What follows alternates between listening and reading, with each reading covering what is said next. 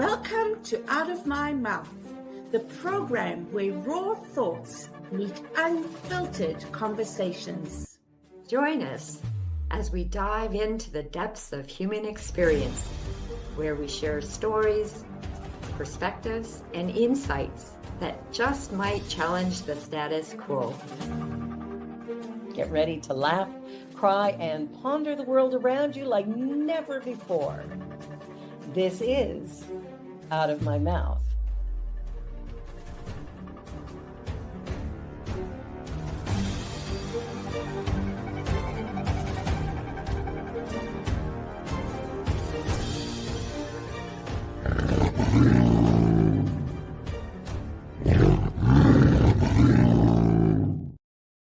The views and opinions of our guest and hosts do not necessarily reflect those of New Thought Media Network, or any organization we may be affiliated with. Here at New Thought Media Network, we welcome freedom of speech and courageous conversations. There are many topics that can be difficult to navigate. Challenging the status quo and engaging in lively debate is important to expanding our understanding of one another, and life in general. Creating a peaceful world doesn't happen because no one disagrees, it happens from a willingness to understanding one another. In our programming, we strive to expand consciousness and assist people in creating remarkable lives. Your comments are welcome at info@ntmedia.org. Good afternoon, good evening, wherever you are in the world. Welcome to Out of My Mouth. I'm Barbara Jean. And I'm Marg. And we're so grateful that you're watching here today. We have a marvelous guest, but let's begin with our land acknowledgement. In the spirit of reconciliation and peace, we are grateful for the opportunity to meet on these sacred lands. We thank the generations of people who have taken care of this land for thousands of years. We recognize our oneness. We realize our history, and we choose to create a new reality. We are one. Miigwech. Thank you for speaking to and honoring our land, Barbara. Thank you, Mark. I'm so grateful that Rhona Segarra is here with us today. And in her words, in a culture of decreasing religious participation and increasing loneliness, let's adapt religious traditions and apply them in secular communities to ease loneliness. Reverend Rhona Segarra has been the minister at Unity New Westminster in beautiful BC since her ordination in 2019. Now I abbreviated that, but it's British Columbia. Rhona is passionate about people and relationships. Her focus is to share practical, empowering ideas which will add to the joy and peace of our lives and to the lives of those around us. Rhona's mission is to fill the world with love, one interaction at time. My goodness, I've lost my voice. Rhona's mission is to fill the world with love, one interaction at a time. Thank you for your patience. Welcome, Rhona. That was beautiful, Mark. Thank you, Mark. And hello, Barbara Jean. So good to have you here today, Rhona. And I love this topic of no to dogma and yes to community. I like that a lot. So what prompted that idea with you? Well, I have done, I became a minister partly because I wanted to do weddings. I love weddings. I'm a romantic at heart, and I wanted to be a person who is involved in doing weddings. And so I teased myself into ordination because I wanted to do weddings. Became ordained and waited and waited and waited. And no phone calls, no emails, no inquiries about weddings. I'm like, what do I do now? And so I thought I'd do what every person who is getting married these days and is not part of a faith tradition, what they do, they go onto the internet and they type in wedding officiant Vancouver. And I found a company whose vibe I liked, signed up to do weddings with them, and now have completed 149 weddings with them in 3 years. So I have that in my mind, and I'm overlaying comments that I hear from people who I marry, as well as others, about the idea that they no longer follow a faith tradition, and they miss the sense of community that they felt when they were a part of a faith tradition. And I then overlaid that on the Surgeon General of the United States report last year declaring loneliness an epidemic. And I was taking these moving parts, that loneliness is on the rise, that religion participation is on a decline, and yet that people who have participated in religious traditions really miss that feeling of community. And I thought, it's as if people don't want the dogma, but they long for the community. Yeah. And that's where that question mark came from, where that title came from, is the idea of, is there a way that we can build community and create that feeling of belonging without the requirement for a dogmatic participation in a religious tradition? Wow. Yes. I have What was that? What did you say, Barb? The answer is yes. Sorry, Mark, I interrupted you. That's okay. We do it all the time on this show. So, Rhona, a couple of questions. Dogma. What does dogma mean? You know, some people that are listening may not know what dogma means. It probably means different things to different people based on their traditions. And part two of this question, before your ordination, after your ordination, and during this journey, have you changed your thoughts about dogma? Well, let me see if I can answer the first question first. When I think of dogma, I think of it as the requirement to adopt a certain set of beliefs, and the requirement then that in order to participate in the group, you need to agree to this set of beliefs. And the problem, perhaps, is that there is an either or. So you're either in it or you're not. And if you're in it, oh, it feels marvelous. You're part of a group, you're part of a family, you know who you are, you know why you get up in the morning. There's this sense of, I know my place in the world, and I know it's more than just my little spot that I'm standing on. And then when we're out of that, if we violate the dogma, if you will, then we're out of that community, and it is the equivalent of solitary confinement for some people. It's like you are no longer welcome here, and I don't mean that to be disrespectful of religious traditions that are more expansive, but I do believe that part of the reason people have turned away from religion and religious traditions is because of this, you have to believe these things. And for some people, it no longer works. For many, it does.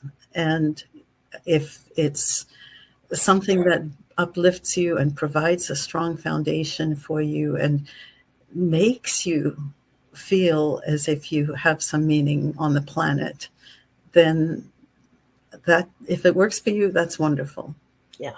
Unfortunately, there are many, many people who have turned away from religion, and so they don't have that feeling anymore. And many of their children have never even been exposed to that feeling, because it's my generation, I think, that have largely turned away from religious tradition because of the requirement to believe a certain set of rules. That doesn't even make sense. To follow a certain set of rules. Yeah. And if they question, and then it's a binary in or out. Because of those reasons, many people have turned away. As a result, their children have never even been exposed to it. So that's what I mean by dogma. And it's really this idea of a requirement to believe a certain set of predetermined beliefs that you may or may not fully agree with. Does that explain that? Absolutely. Absolutely. And then to answer your second question, which I think was, have I changed in my understanding of dogma? If anything, I would say I went through a turn away, all dogma is bad, to a more expansive, thankfully, approach of, if it works for some people, let them have it. And where I found myself at one point, and I'm sure this is true for many people in like a new thought community, like Unity is what I'm a minister in, that we have no problem with people who are Muslim or Jewish or Buddhist. But oh my gosh, don't talk to me about being a Baptist or a Pentecostal or something like that. And because they've got the wrong way of doing Jesus. And and I think that's shifted for me into a you do you in whatever way uplifts you, because whether it's Buddhism or Jewish or Wiccan or none of it, or fundamental, if it uplifts you, it uplifts us all. As long as you're not trying to force that on me, because that's taking away my self-determination. So that's probably the biggest expansion for me. That's beautiful. That's beautiful. Because I think that's a really important thing, that we have to be accepting of people where they are. And I know I've heard sometimes people in our teaching who've been less than accepting of somebody who is, Baptist or Catholic or whatever. So I love your approach, because I think when we consider that we're all one, which is what we believe, is that there's only one thing, then I am the Baptist, I am the Muslim, I am there's that connection where we are actually all connected. And so I love what you said about, if the belief uplifts you, it uplifts us all. And it does, because there's only one thing going on and we're all a part of it. So, I love that. Yeah, I have this vision of almost like a safety net. Like trapeze artists used to have, I don't know if they still do, I haven't been to a circus in a while, but they have this safety net. And as you watch a person, when they drop onto that, because they're finished their performance, the net bounces with them. Where they are, it drops down or it lifts up. Well, if you imagine that we're all part of that net, then whatever one person does to lift lifts the entire net. Yes. And the corollary is also true. So I think of us as literally an interconnected net. Beautiful. It helps me. Yeah, that's a great way of looking at it. I love it. I love it. I love visuals. I can see and relate and actually feel, the bouncing together. Yes. Yeah. And right now the planet, I think, is in a place of confused bouncing. And maybe that's a conversation for another day, but when we're all in a place of worry and concern and things are going on all over that feel like they're like what's going on, then some of that worry drops us all down. And so whether we think that we're immune to it or not, it's almost as if it's in the field.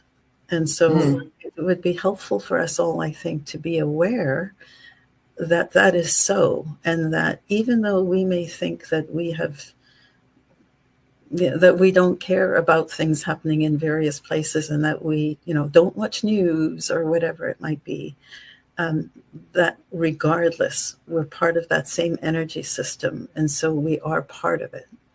And as a result, I think taking the time to acknowledge that, and then taking the time to be deliberate about how we respond to that, is what will help to lift that net a little bit and lighten the load a little bit, and help us to realize that, yes, there are things on the planet that aren't going the way we want, and there is a lot of love here still. And so to remember to balance that out. Yeah, I like to think of whenever I hear a news story, which I don't often hear on the news because I don't watch it, but I hear it around me all the time. I never seem to miss anything of substance anyway. And for me, it's a prayer request. Just that, there's, something going on in, Israel and Gaza, or the Ukraine and Russia. And I just hold a consciousness of love that whatever's going on, of which I have no understanding, whatever's in the highest and best good will always somehow work its way out. So I let go of my determination that it has to look a certain way, and accept the fact that there is something going on that I can't even begin to understand. And by infusing love into the equation, I think that's how we lift. One of these. Yeah. Yes, I agree. And also to recognize that it's just part of our evolution. And our evolution is to take 3 steps forward and 2 and 99 100th steps backwards. It's just part of what we do. I mean, at the time that I really clicked into the fact that that history didn't just end now because I'm here and everything is now evolved, was when I actually literally got the calculator out, because I couldn't really believe it. I think back to my grandfather, and he was born in 1896. Yeah. So in the course of my life, I've been exposed to people with lifespans that are now like 130 years. Yeah. So then I took that, and I took, how long ago was Jesus on the planet? 2,000 years. 2,000 divided by 130. That's only 1,730 period, 130-year spans of time, or 15 it might be. I can't remember, but it's a small number relatively. Mm-hmm. And then that kind of gives me hope, because I think of where we've come in 130-year lifespans. And it's amazing how far we've moved, and what we've accomplished as humans, and how we've evolved in terms of treating people who are different than we are. And so I just think, in the grand scheme of things, we're here for a blip. The time since Jesus has been a slightly bigger blip, but it's all part of our evolution.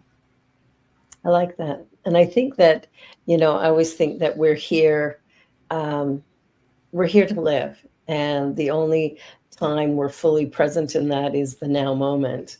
And it's not about where we're getting to, because truthfully, there isn't a destination. We're here to live whatever this experience is, and to take it moment by moment. So I get a little bit excited too when I think about the possibility, when you put it into that frame, it's only 17 times 130. Like, that's hardly a blip. So what is going to happen over the next 17 130-year increments. Like, wow, what's going to happen in 2? Yeah. Forget that 1. Isn't it exciting to think of it that way? It really is.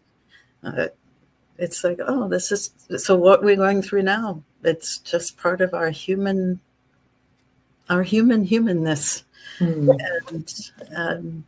And slowly and slowly and slowly, we will understand that each person on the planet is different. Each person on the planet is going to have a different point of view. By definition, I mean, they use iris scans to tell one person apart from the other, and no one of us has the same iris scan. We don't have the same viewpoint on anything. So if we can learn to understand that and accept it and go, person having an opinion.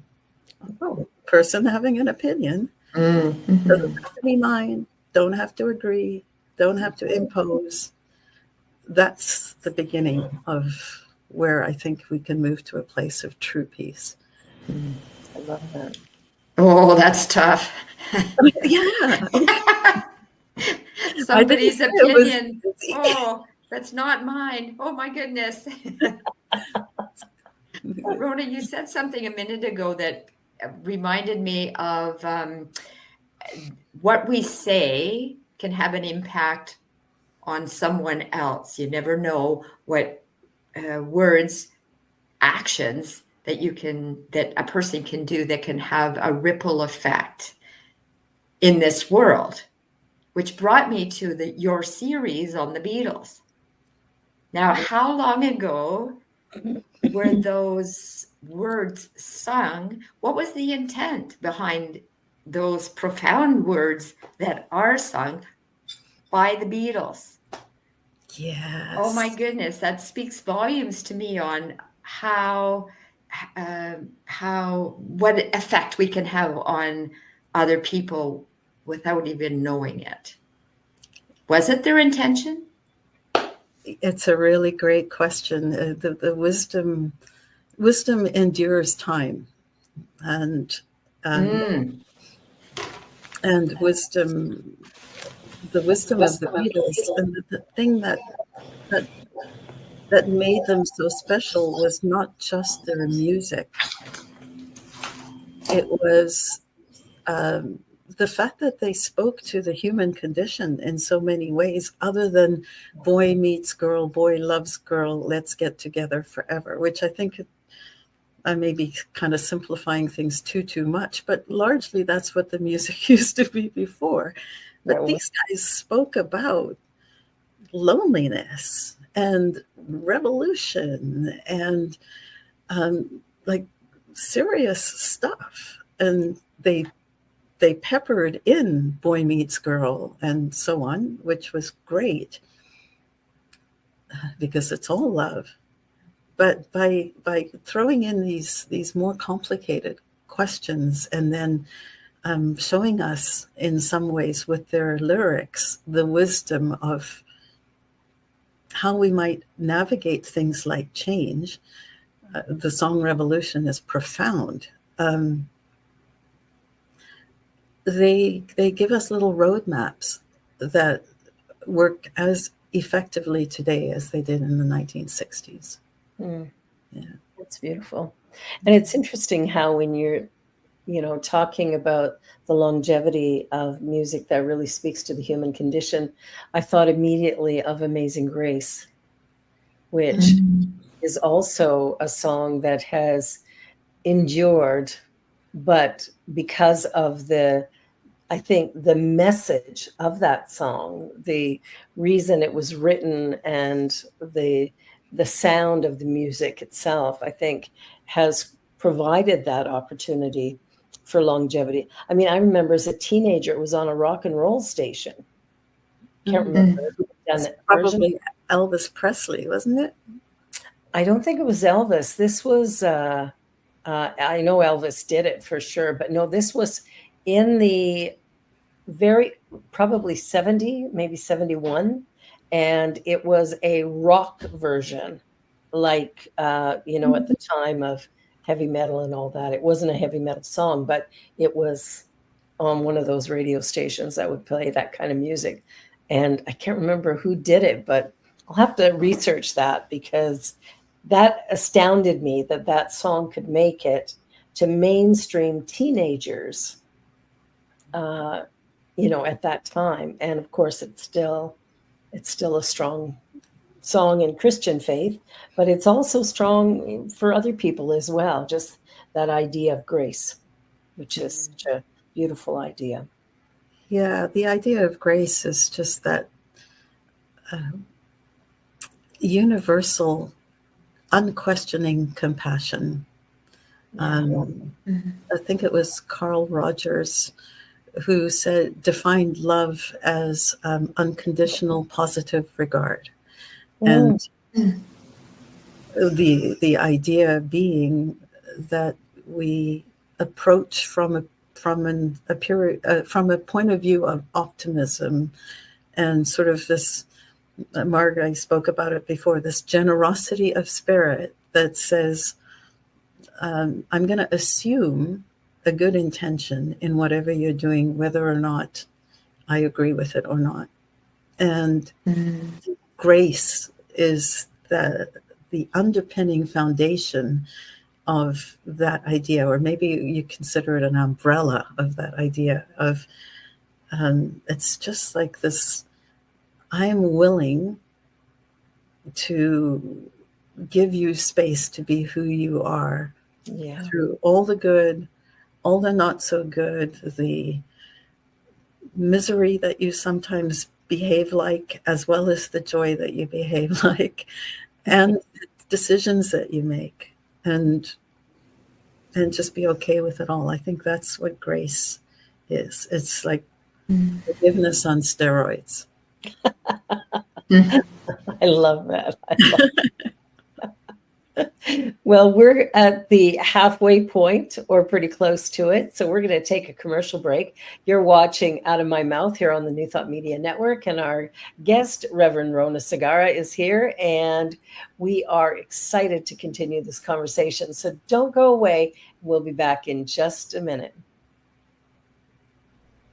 Please help us say thank you to our organizational sponsors, including the Hepperlin Foundation, Affiliated New Thought Network, International New Thought Alliance, Science of Mind Archives and Library Foundation, Center for Spiritual Living Denver, Center for Spiritual Living Midtown, New Thought Philadelphia, Planned Happiness Institute, Summit Center for Spiritual Living, One Heart Retreats, Center for Spiritual Living on the Lake, Unity Spiritual Center, Kitchener, Om Center for Spiritual Living, La Mesa, Satya Center, Center for Spiritual Living, North Jersey, Unity of Savannah, and Center for Spiritual Living, Seattle, as well as all of our individual donors.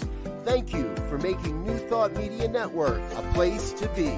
Please come be you. And remember, like, share, and subscribe. New Thought.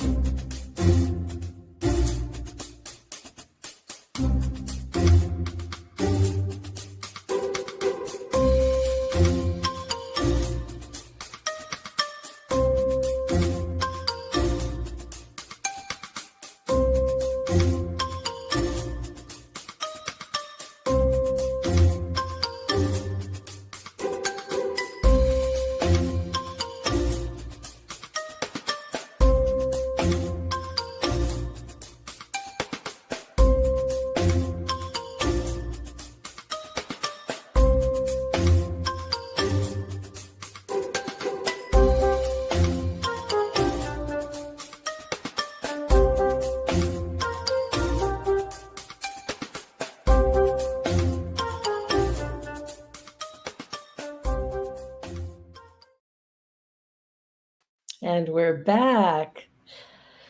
All righty. So we were just talking about grace, and now where are we going?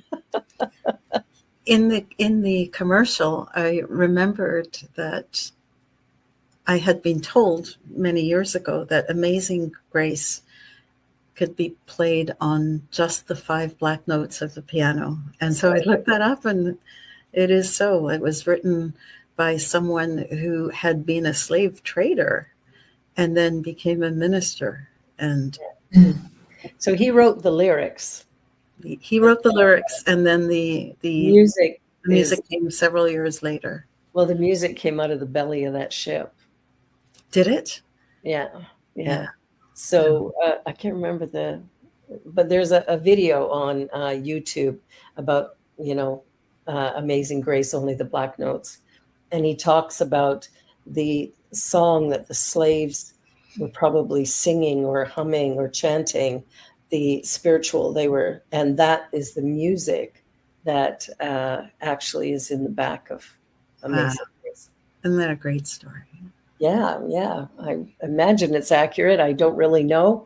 I just know from the video that I watched that it's like, wow, that could possibly be where that, and it's lasted, it's endured because of, I think, that underlying message of humanity. Yeah, that, it's one of those underlying messages is if we knew better, we would have done better. Yeah. And everything is context. And, I think of, and now this is maybe going to be a little politically incorrect, but I think of, for example, things like 30 years ago when there was a politician who dressed up as Michael Jackson and wore blackface. Well, now you would never do that. But in that context, it was completely acceptable, maybe even considered fun and respectful. And now, of course, it's like you're reviled for having done that then, but is that really fair? Because haven't we all done things in our past thinking it was the right thing to do at the time with a completely different intention? Yeah. Perhaps an innocent intention. And now we go back and cringe when we look at it. Yeah. I found that I can't even watch certain old movies because of the misogyny, the racism, I just have to leave the room. It's worse than the news. It's worse than the news. That's saying something. Because it's like, that's how we lived. That's what we did. That's actually who we were. And that, I think, is the hardest part, to acknowledge that we did harm. And many of us, it was not intentional, but we still did harm. And so now we're trying to figure out how do we do things differently to ensure that there is no repetition of that, where we can actually begin to create more out of love than out of an abuse of power, which I think was some of what was going on. My gut is still wrenching and my heart is still, and I'm angry. And like when I have the vision of the belly of the ship, and if I go to the 30 years ago when someone dressed up like Michael Jackson, I can wrap my head around, yes, when we know better, we do better, more than the atrocity of the slaves bring. Like, I'm in tears thinking about it. I guess I have some work to do on forgiveness and going like, I remember you're talking about books and movies, and I read the book Indian Horse, and I love Richard Wagamese. I've got so many of his books. I really disliked the book Indian Horse, and then I saw the movie, And I realized I didn't like the book because of the truth that it revealed. And yeah. I got to write down the title of that one because I haven't read it. I have not either. It can be so uncomfortable to accept some of the horrors that have been done. And here we go back to the religion thing.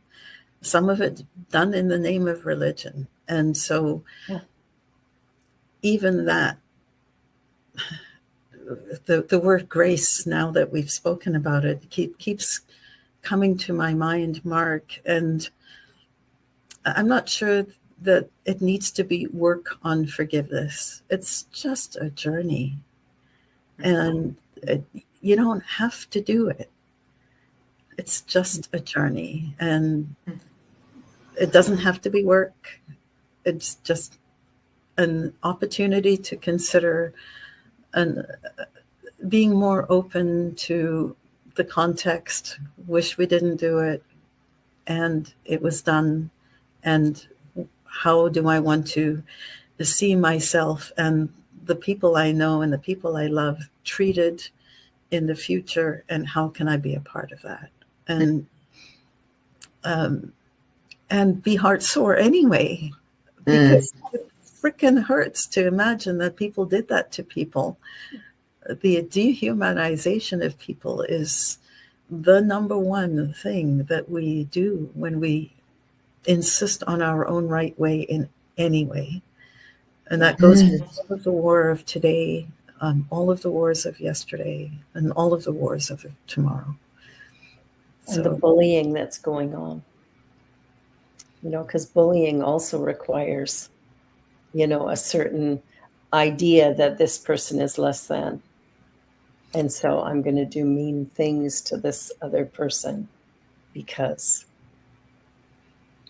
there's no good reason for it, but I'm going to do it anyway. Yeah. So there's a lot of times when we as human beings do the unthinkable.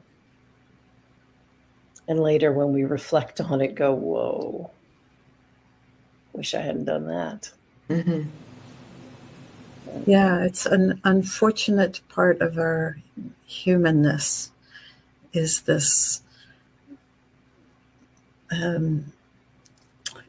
jockeying for position, perhaps, and the unwillingness to address the discomfort of questioning ourselves about why we're behaving this way.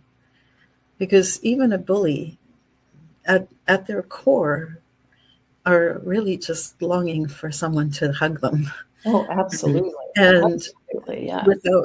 And discovering perhaps that, or maybe an unquestioned belief that asking for a hug or needing love or something is a weakness, and weakness is not okay. So there's so much loneliness in the persona of the bully that even if we could see that for who they really are, which is just a little kid who is longing to be loved, exactly right. It doesn't mean that we're okay with the behavior. Nope. Right. But it helps to add a little bit of grace to the situation. I think if we were more willing to notice, like when a behavior is going on, I think it's a call for help. And when you've got a couple of kids that are, sort of butting heads for one reason or another, I think making one of them bad and wrong and one of them, the victim, I think we've really done a disservice, because they're both victims in a sense. The one that is doing the bullying, there's a reason for that as well, which might mean they're being bullied at home, or they're not getting, like you say, the love that they need, or that hug or whatever.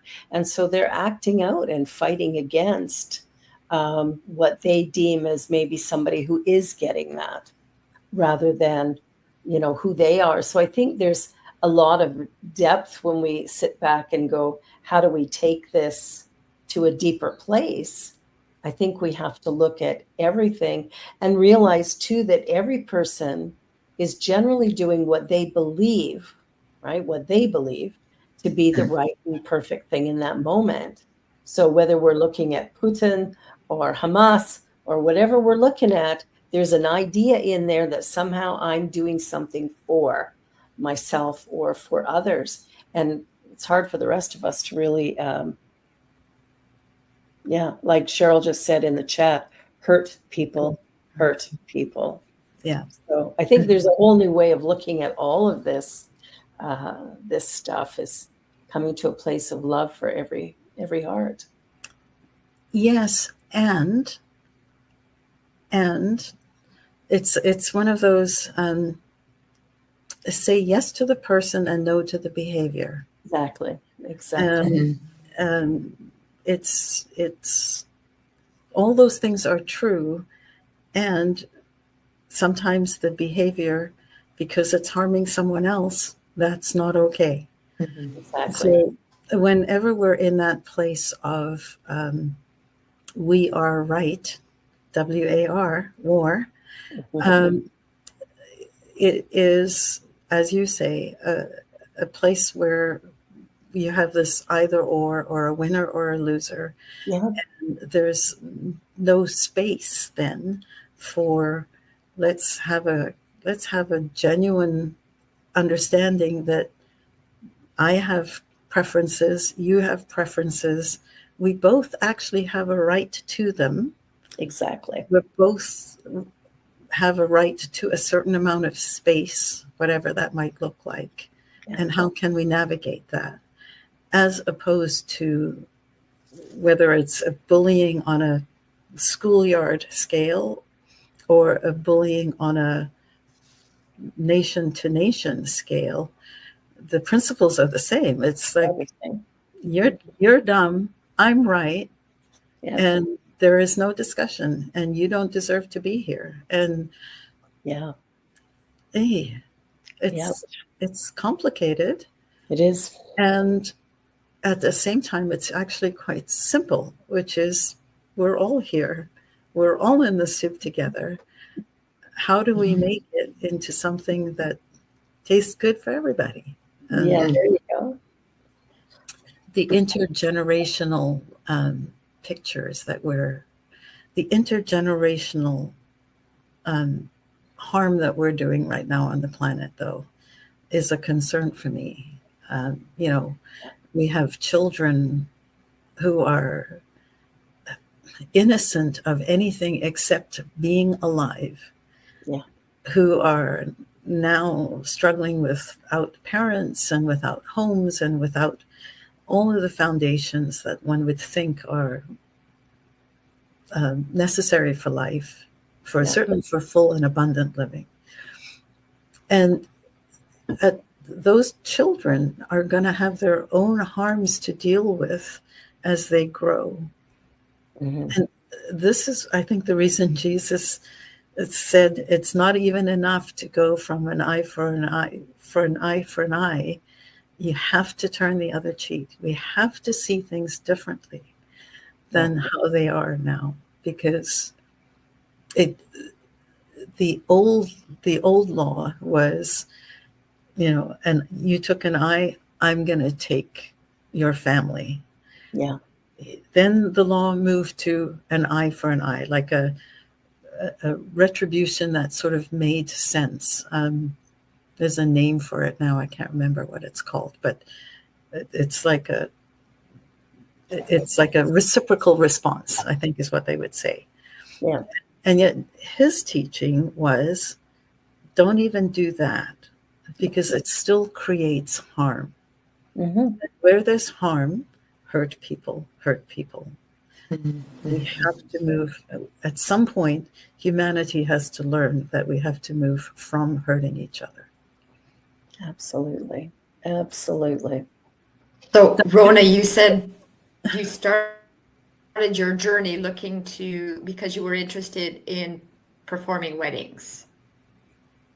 And I'm sure your intelligence, your passion, compassion always was there.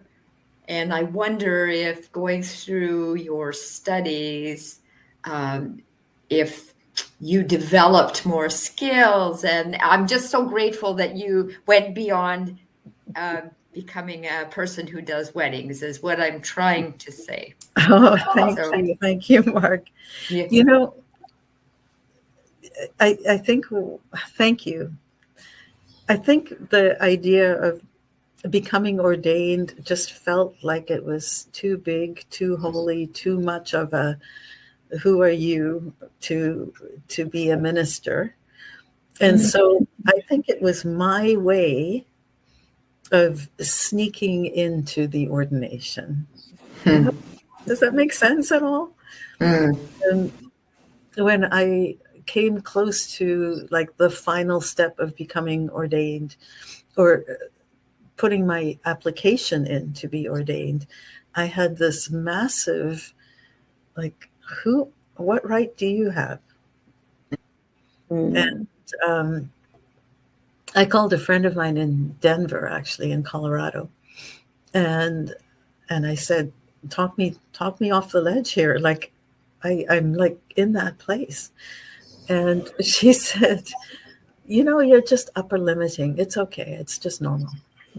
And she just kind of just took it all. It just means that this is something that means a lot to you, and you're concerned about whether you'll do it well, and notice it for what it is and do it anyway. So we all need a friend like that. Yes, exactly. So upper limiting. I love that. That's a great phrase. Yeah. So does Unity have a dogma? I would say it's a little bit of a yes and a no. There are, and the reason I say it that way is that we welcome all people and all faiths. And depending on the church that you're at or the spiritual center that you're at, you may hear excerpts from the Bible. I certainly bring in the wisdom teachings of Jesus quite often, but not at every service. We have 5 principles. So I guess it's slightly different from a dogma in that we don't expect anyone to unquestioningly believe anything. What we do is say, these are the principles we think work, and here are some ideas how you can apply those principles. Try them, and if you like them, it's like a buffet. It's like you go to a buffet. Today, this feels like the right thing to pick up and try. And if it doesn't work for you today, who knows? Maybe you'll like it like you like broccoli now that you didn't like it when you were 8. So, or maybe you still don't like it. But, we have 5 basic principles. One universal power, that there's a network of all, that ideas, whatever ideas we have, lead to the experiences that we have in life, or to how we approach our experiences in life, that we take time to be still, and that when we do that, we'll live in peace. And then the suggestion. So that's sort of the principles. To put the principles to work, you start at the bottom. Are you living in peace? If it's not peaceful, what can you do? Take time to be still. And then question what you're thinking. And ask yourself if there's another idea that could add more peace. Turn the other cheek. Keeping in mind always that we have this umbrella of one power. So call it God, Buddha, the force, quantum, life, nature, whatever the heck you might call it. It's one. It's not like we have, I have this vision of the Christian God and Buddha and like all of these other gods sitting up in heaven and having tea and looking down at all of us humans and shaking their heads and saying they still don't get it. What the hell? Having a chuckle. Yeah, and so keeping in mind that there's only one power, one creative energy, whether it's a he, a she, an it, quantum. It doesn't matter what you call it. Yeah. There is only one. There can't be anything that's like, okay, well, this area of the universe is ruled by God, and okay, this part of Africa is going to be ruled by something else. No, it's one. It's one. And we're all part of it. I love that. So, and then our goal is, as ministers, my goal is to take the human problem or a human concern, often that I've just experienced, and see how the principles that I just spoke about might apply. Like, let me try a different idea here because the idea I had didn't work that well. That's all. That's all.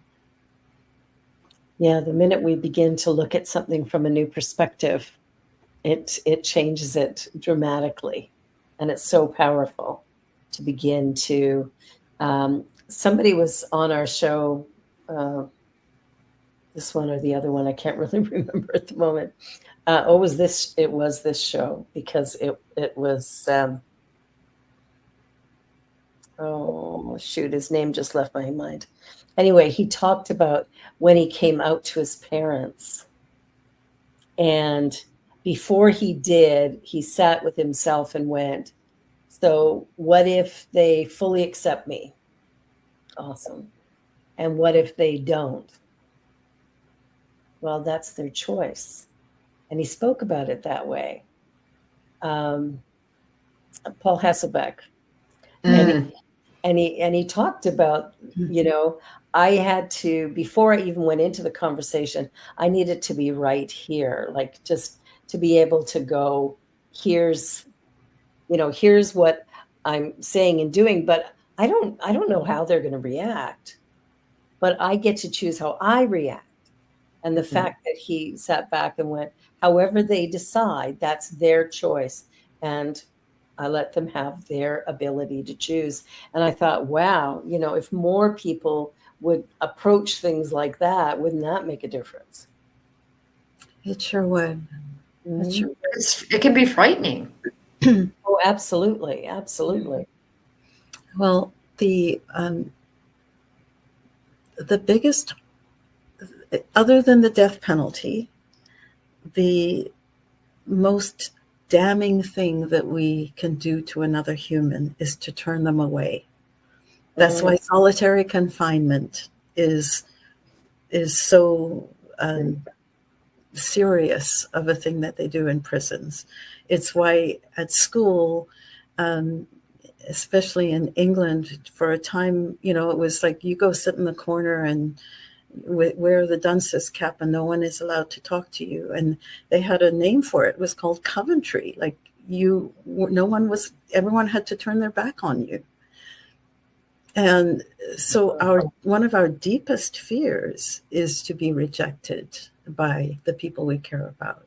Yeah.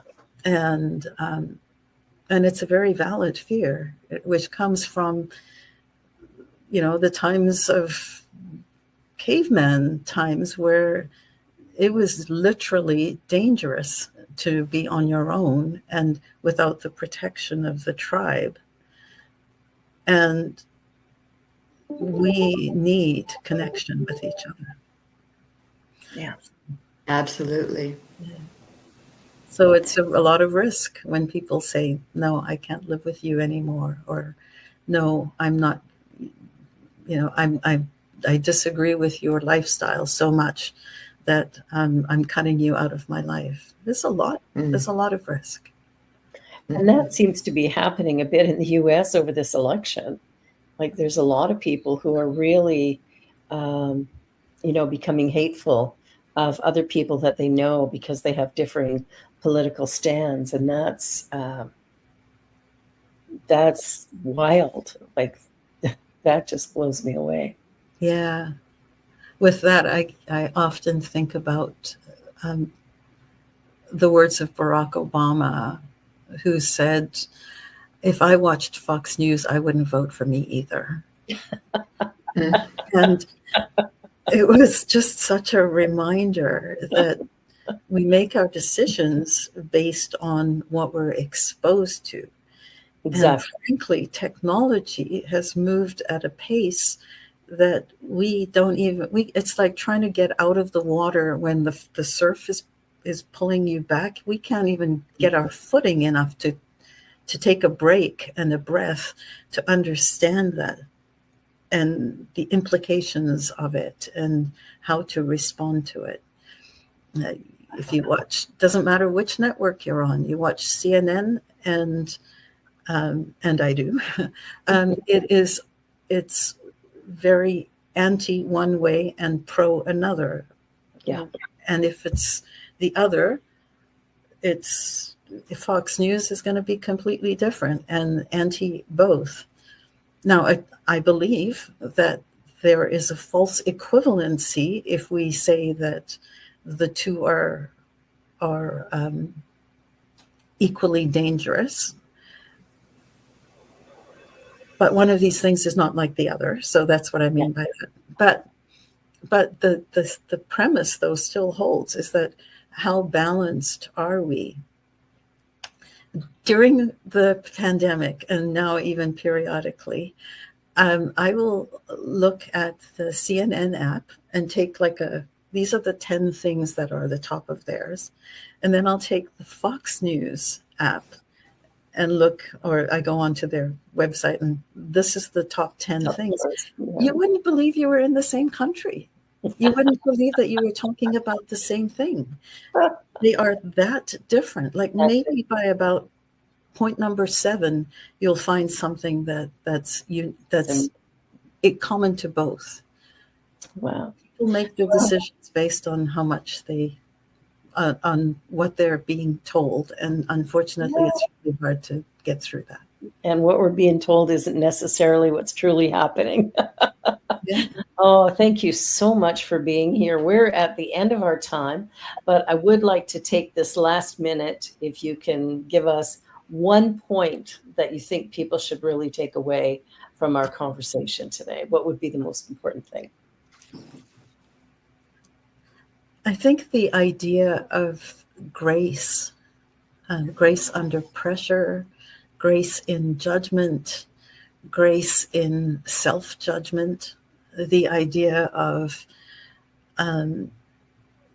creating a gentle safety net for all of our mistakes as well, and encouraging people to look at people from that view of grace. So that's my suggestion would be. Oh, it's beautiful. Reverend Rhona, thank you. You've been wonderful. Marg, thank you so much for being here. We're at the end of our time. And thank you, Barbara. Oh, I'm so glad. Thank you for having me. What a joy it has been to have this discussion with you. Yay, I'm so glad. Well, you're watching Out of My Mouth on the New Thought Media Network, and we'll be back again next week with another remarkable, interesting guest. And until then, be sure to like, share, and subscribe, and maybe even consider donating to the New Thought Media Network. Bye for now. See you next time. Bye, and thank you, Deja. Yes. Bye. On behalf of everyone at New Thought Media Network, thank you for being a member of our virtual family. Your financial contributions help share the New Thought message with people from around the world. Please visit and contribute at www.ntmedia.org/donate. New Thought Media Network, come be you. And please like, share, and subscribe. Until next time.